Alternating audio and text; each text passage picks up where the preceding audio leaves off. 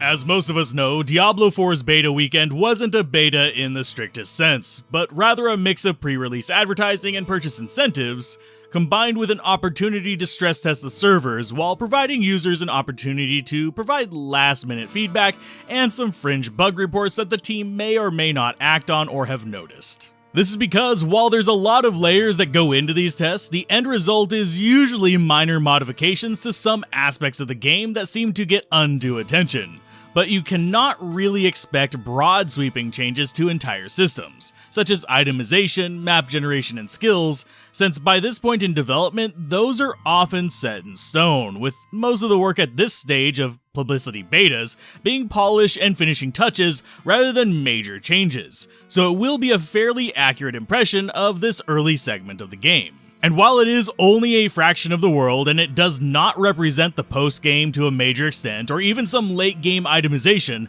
it does show a decent scope of systems available, up to and including a world boss. I think it is a lot more reflective of the finished product than most people are acknowledging, especially since we are able to test the majority of the skill tree proper, even if we cannot get everything leveled as far as we want. For ease of consumption, this video will be broken down into a few categories, namely gameplay, classes and their skills, itemization, and world design, with the timestamps to let you skip to those sections, in case you're interested in just one or another of these topics, as the cornerstone of your decision as to whether Diablo 4 is a pick-up or pass-by title. Probably the biggest negative I can give it for the pick-up or pass-by, though, is lack of offline play, since the game oftentimes feels like a single-player game only made multiplayer to take advantage of monetization, such as battle passes, rather than multiplayer to really encourage group play outside of maybe world bosses. And this is reflected in the character skills as well, since there's very little team interplay beyond status effects you'd be using anyway. All that said, starting with gameplay, there are a few things that Diablo 4 does quite well, and a handful that it struggles with in the long term. The combat itself is fairly fluid for the most part, with each of the initial 3 characters from closed beta feeling distinct in their weight in combat. This is because the Barbarian is built to be extremely focused on melee with some area of effect skills to modify crowd behavior, while the Rogue is extremely agile with multiple dodge abilities, and the Sorcerer is your just squishy heavy hitter. And they reflect this a lot better than in Diablo 3 or Immortal, where most characters eventually started just feeling homogenous with different skins. Now that said, some of the combat feel is a little bit off. The dodge mechanic specifically often felt like it was meant to have a shorter cooldown when it comes to boss design, actively sitting at 5 seconds currently. But most patterns of bosses felt like it would hit a rhythm better at 3 or 4 second cooldowns. Whether this is to incorporate it into other evasive skills as the design, or if there was some change during development, I'm not sure, but it is definitely something that felt slightly off to me compared to other games with dodge mechanics. This aspect also amplified the weird disparity between the classes, especially against bosses, since the Barbarian, and to a lesser extent the Sorcerer, would often have to reposition without dodge skills, while the Rogue would often result in me skating around the field, dodging most attacks in quick succession. And a shift to 3 seconds would maintain this disparity in feel for the most part, while not punishing characters with less mobility options. This disparity can also be seen in the types of attacks the characters have, though I'll address more about the specifics in that when we get to the class-specific sections, since some tweaks would be useful to make to the classes to make them feel more competitive with each other without sacrificing their distinctiveness. Now, another big aspect of the gameplay is actually something most players are unlikely to notice until they start to do grinding, and I really did not start to feel it until I started to push to get multiple characters to level 25, and that is the level scaling, especially in public zones where you run across other players. This is due to how it interacted with character stats and enemy stats, which run almost counterintuitive at times, and how it does variable scaling based on individual players in the zone. Simply put, for that first part, as you get higher level, you need higher defense to maintain your survivability against the same mobs that are scaled to your level, and you need higher damage to not feel anemic against them, which often means breaking down the staff you were using for leveling previously or the armor you were relying on for a specific buff. This feels weird since it results in a similar problem that Diablo 3 had, where you're just going for bigger number better rather than actually considering gear for its functionality beyond legendary modifiers and sockets, meaning magic items become extremely low priority, and rares are only there as new bases for your legendary modifiers that you can tweak later on with farmable items. The way you're less likely to notice the level scaling though is zone difficulty. When you enter a zone at level 25, the monsters will be scaled to level 25 for you, regardless of where you are. There doesn't seem to be a cap, so there is no just out-leveling an area to make it easier, but if you see a level 14 in the same zone, the enemies will be scaled to them on their end. So that same monster that you see as level 25 will be level 14 for them. So all damage is simply proportional, which led to a number of situations where, at low level, I was killing faster than a high-level character in the same zone, simply because of how those two mechanics work together. This often makes leveling feel at best pointless, and at worst counterproductive, outside of unlocking more skills, of course. A simple solution to this, at least for story dungeons and public zones, would be to take a page from Grim Dawn and incorporate both minimum levels, which Diablo 4 admittedly already has, as well as maximum levels for public zones so that the power differences feel a bit more natural, and it gives you incentive to level if you're struggling in a zone, since as it stands, it has the Final Fantasy VIII effect, where leveling up can actually hinder you if your gear has not kept up with the enemies you're facing. That said, keeping level scaling open for challenge dungeons, world bosses, and even optional zones would be entirely fine. I just feel the mainline sections would benefit from some borders on this effect. By mixing in these caps, you would allow players to progress through the act bosses with higher level friends if they're having trouble, while not letting them easily power summon through optional content nearly as easily, since it would scale as it does now. Though, speaking of bosses, there's definitely a number of misses with the optional dungeon bosses, but a lot of good things when it comes to the actual storyline bosses, that I kinda wish they would have copied over for the dungeon ones as well, especially ones that give specific bonuses. Namely, the storyline bosses often had unique attack patterns, environmental effects, and in some cases even waves you had to anticipate and move around, which made the battles feel more dynamic. Whereas most of the dungeon bosses often seem to favor just throwing heavy hits or area damage effects with no real thought to patterns or flow, just hit harder for effect or crowd control you, and just hit more areas as they got more damaged and got their kind of aggro up. The world boss thankfully showed similarities to the storyline bosses, though this is likely tied to how they are guaranteed to show up in a specific zone, and therefore can take advantage of it and be designed around it, while the dungeon bosses are often put on repeat, with one particularly poisonous offender showing up 3 dungeon raids I did in a row, and he appeared in a different shaped arena each time, so if I didn't see the poison boy again for a while, I'll be very happy. Now, trash mobs, and this includes champions and elites, fall more in line with the generic dungeon bosses in that they felt fairly repetitive, and if you're familiar with the Diablo 3 implementations of champions and elites, these will feel super familiar because, well, they're basically the same, with the same modifiers such as artillery, lasers, and walling being extremely common. Though with the enemies intentionally feeling tankier, there would often be an issue when bosses would spawn with boosted life minions that it would feel like I was chewing on wood when it came to those minions, despite taking the elites down themselves at, well, normal speed. Now, the classes themselves had much different definitions of this normal speed and even how they felt when dealing with different challenges, but one thing felt consistent across all 3 classes: that despite having more raw selections in the skill tree until you got to specific augments on gear, of course, your skill selection felt fairly bland, with only a few exceptions, such as movement tech on the rogue or spell patterns on the sorcerer being the only feel-good uniqueness without gear modifiers. This is because, for example, on the Barbarian, you did not get your movement tech until higher levels, and most of the basic and core attack skills felt very redundant with hit person right in front of you, with limited area of effect options, meaning you had to choose from a very short list when setting up your clear swarms of enemies kind of gear setup. Even when dealing with single targets, you were pretty much guaranteed to take at least a little damage, since most of your worthwhile damage sources involved getting in range and generally staying in range due to that dodge cooldown, only getting leaps and dashes later on or war cries or grapples to manipulate enemy movement. And even with these skills themselves, it often felt like you were hugging a porcupine as the playstyle, with him feeling even more sluggish than the Barbarian in Diablo 2. Now, this is rectified with gear that modifies the skills and cooldowns, but you need to find that gear first, which means the Barbarian just has an unfun starting period that stands out even against the low-level drag of other classes thanks to their use of range or other kind of patterns. This also has a little salt in the wound added thanks to the Barbarian special features not being available until Act 3, while the Rogue and Sorcerer can get theirs in Act 1. Now, the Barbarian is not without advantages in all of this though, since due to having more equipment slots, thanks to the weapon variety, you will inevitably have more access to bonuses, as well as legendary features that can be tacked on to each and every weapon. So even if you want to focus on using a two-handed axe, the abilities you can associate with it can be put on any of your weapons usually. You will still have bonuses helping you out from the double swing weapons as well as the two-handed blunt weapon, which can further help the skills of your choosing. Now the Rogue falls into the middle of the pack of these, thanks to 3 weapon slots instead of 4, compared to the Sorcerer's 1 or 2 depending on your preference of staff or not.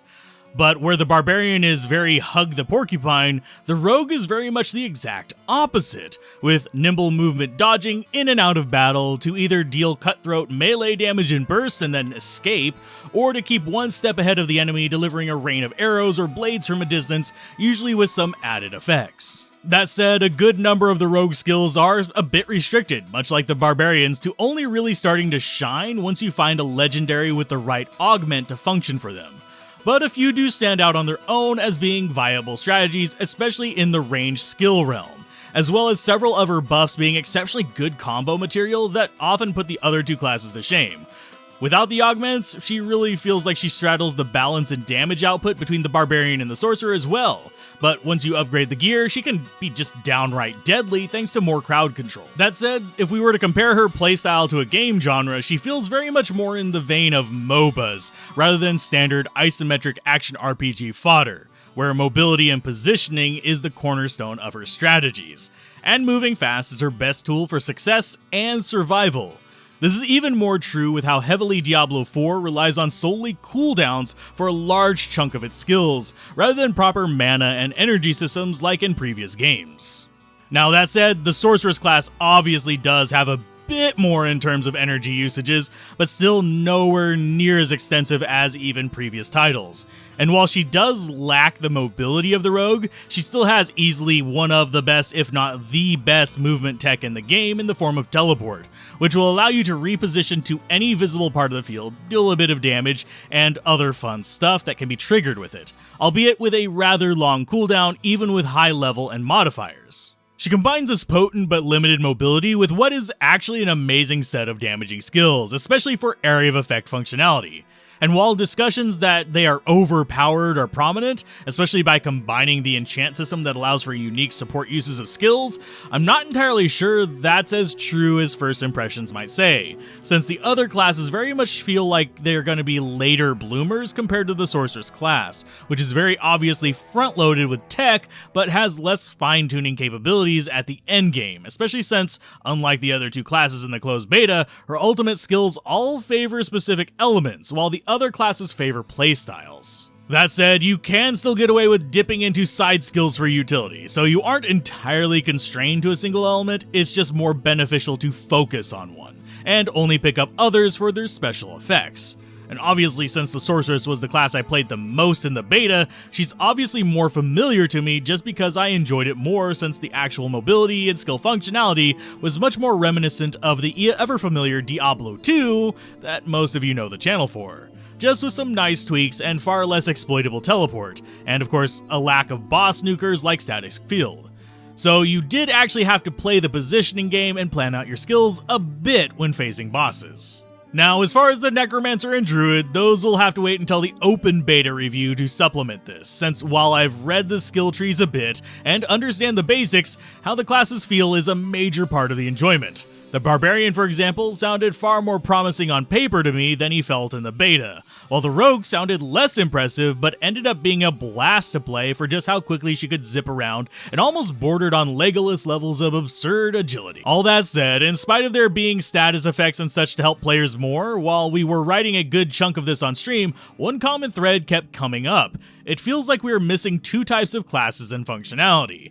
That is, a class that has actual worthwhile team buffs outside of the occasional trinket, as well as a proper sword and board style fantasy character. Maybe we will see these in the future expansions or DLC, but for now, these are definitely gaps that make the game feel like it's absolutely fit in the realm of feeling like a single-player game shoved into a multiplayer space for monetization reasons, rather than a game designed with multiplayer in mind from the ground up for enjoyment. As D put it during the stream, there's not enough acknowledging other players exist skills in the game, or even just enough acknowledging other players exist, period. This also echoes in a slightly different way for itemization, since for the most part, Diablo 4 does not really do much of interest there that just hasn't been done a million times, and sadly leaves a lot to be desired with how items get built up, since as we mentioned earlier, if you're not keeping your attack power and defense scaling to the point the game wants, you'll end up struggling by either taking way too much damage or by not dealing enough damage to be effective.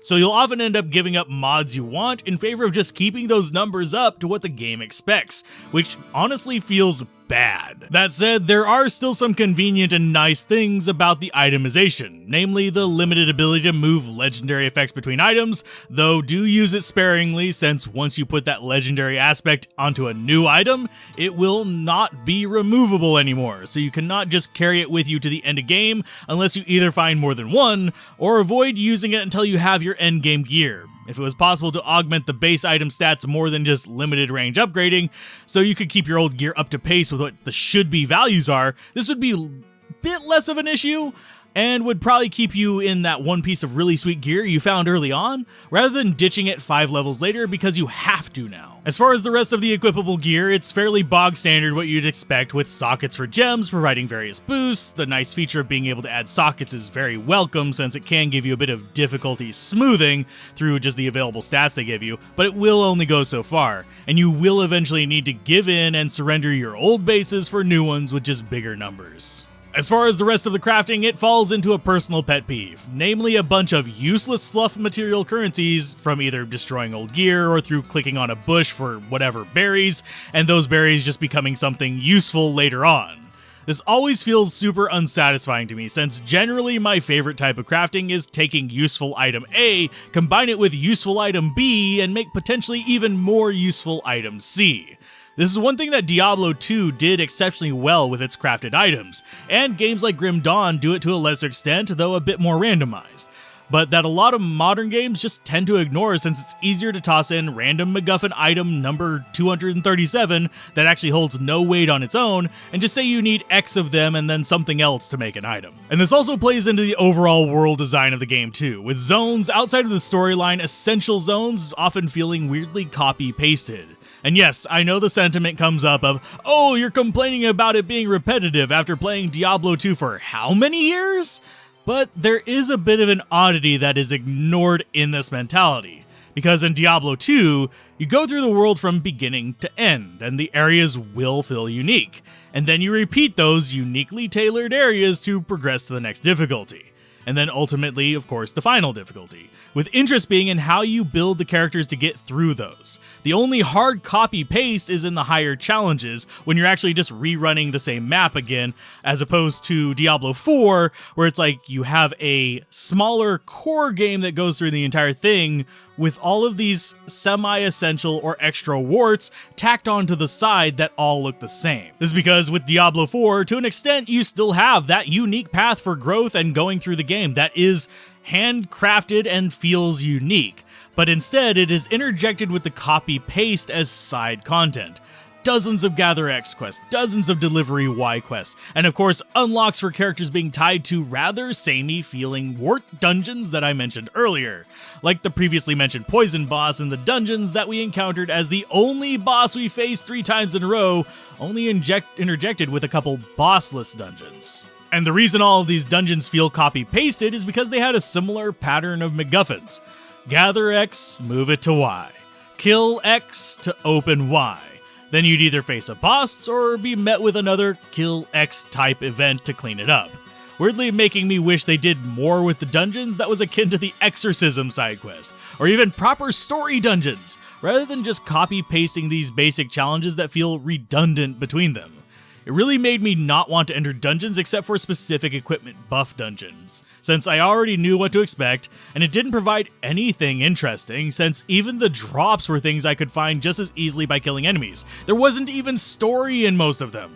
Basically, I just stumbled across things doing other side quests that were more worthwhile. Now, that said, probably the most interesting thing I encountered in the dungeons was the random spawn of the Butcher, a super boss that only seemed to spawn for me at very inopportune times, and frankly would have been better served as a random replacement for the end boss, at least, of a zone, rather than just dropping in the middle of a dungeon due to just random chance. And the reality is, the sigil system isn't going to help this for me, since the way they describe it, this is just going to result in, again, the same dungeons, but with random buffs and debuffs, rather than any actually interesting dynamics added. Now, if we step out of that repetitive side and unlock stuff and move up into the actual world design itself, this is actually a bit better.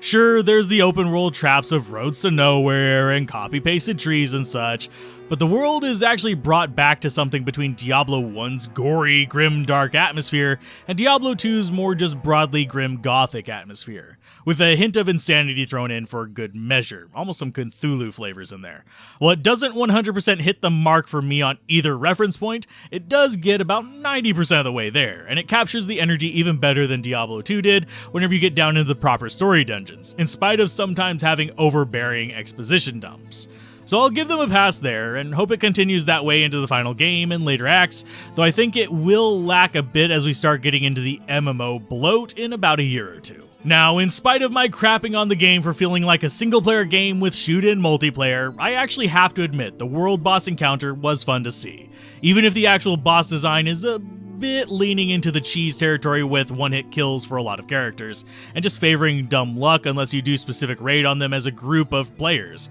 Rando kills seem to fall in around the 10-minute mark if at least a decent number of people know what they're doing, while for planning kills, sub 5 minutes would seem possible. And I wouldn't be surprised if all world bosses are this way. I would do one big change though, since I wager most people missed that it was spawning, and I would actually have a regional announcement when the 30-minute pre-spawn countdown starts for the world boss spawning, since I wager a lot of players didn't even notice and they missed it until they looked at the clock. I would include clear attack zone markers so players understand more about where they should be standing. The stomp attacks were good for this, but the sweep, the beak, and the poison attacks were far less so, especially compared to the storyline bosses, which were good about projecting their attacks in most cases. As far as the story, I'm bothered by the Chosen One aspect of it, and while it's too late to change it, it is very immersion breaking to me that we are the champion fed petals and then destroy the village that did it to us. And it gave us a special ability.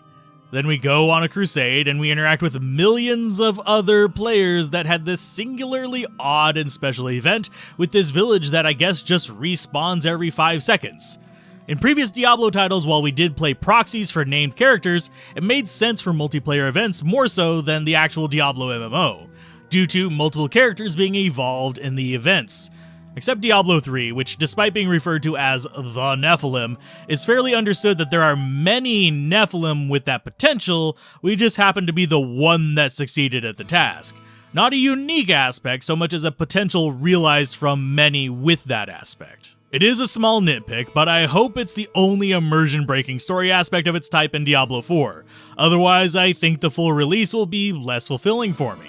Sure, I'll still have fun playing it, and I'll get probably a couple hundred hours out of it, but with what has been seen in the beta, I'm not sure this will hit that coveted 1,000-hour title for me either way. But a good story would get me to at least play through with several characters and do enough to theory craft a few solid builds.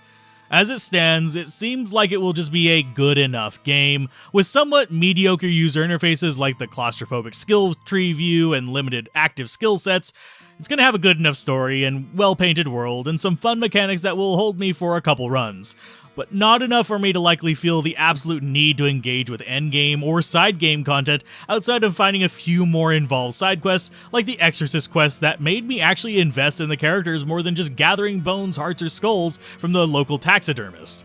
Oh, and looking for a group feature would be nice as well, because this is multiplayer, so you at least have a visual indicator if a rando wants to party up with another rando, so we're not just forming cliques of our favorite creators.